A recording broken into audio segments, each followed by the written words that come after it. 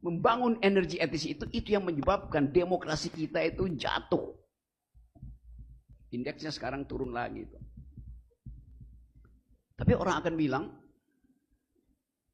selama Presiden Jokowi, demokrasi dipelihara.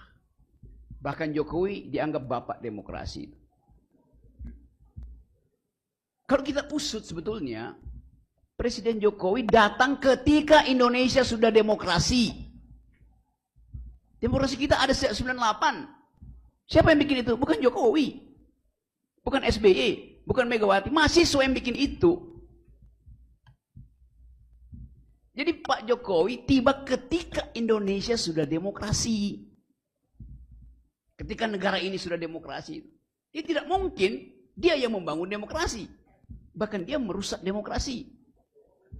Melalui problem di Mahkamah Konstitusi.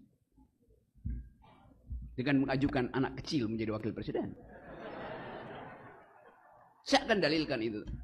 Tapi apakah Presiden Jokowi melanggar konstitusi dengan mengajukan anak kecil jadi wakil presiden? Tidak. Dia tidak melanggar undang-undang dasar. Dia melanggar undang-undang perlindungan anak.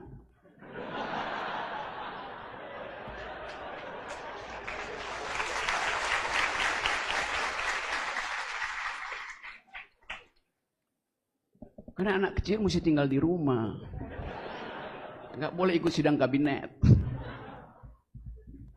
Jadi coba digugat itu. Nah kita, oke, saya masuk dulu pada hal yang lebih tematis, filosofi negara dan demokrasi itu.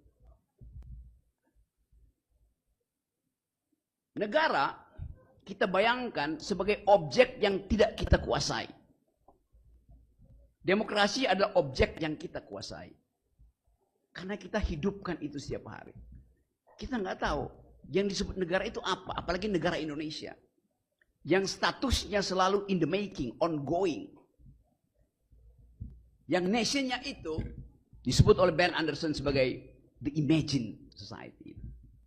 Tapi demokrasi kita kendalikan. Coba saya pakai sedikit teori Hegel ya. Hegel membedakan antara sesuatu yang kita sebut objek yang kita kendalikan, artinya objek di dalam pikiran kita. Dan objek yang tidak mampu kita kendalikan, karena dia ada sejarah objektif, absolut. Bahasa Inggris tidak punya kemampuan seperti orang Jerman. Membedakan antara objek, O-B-J-E-K-T, tulisannya,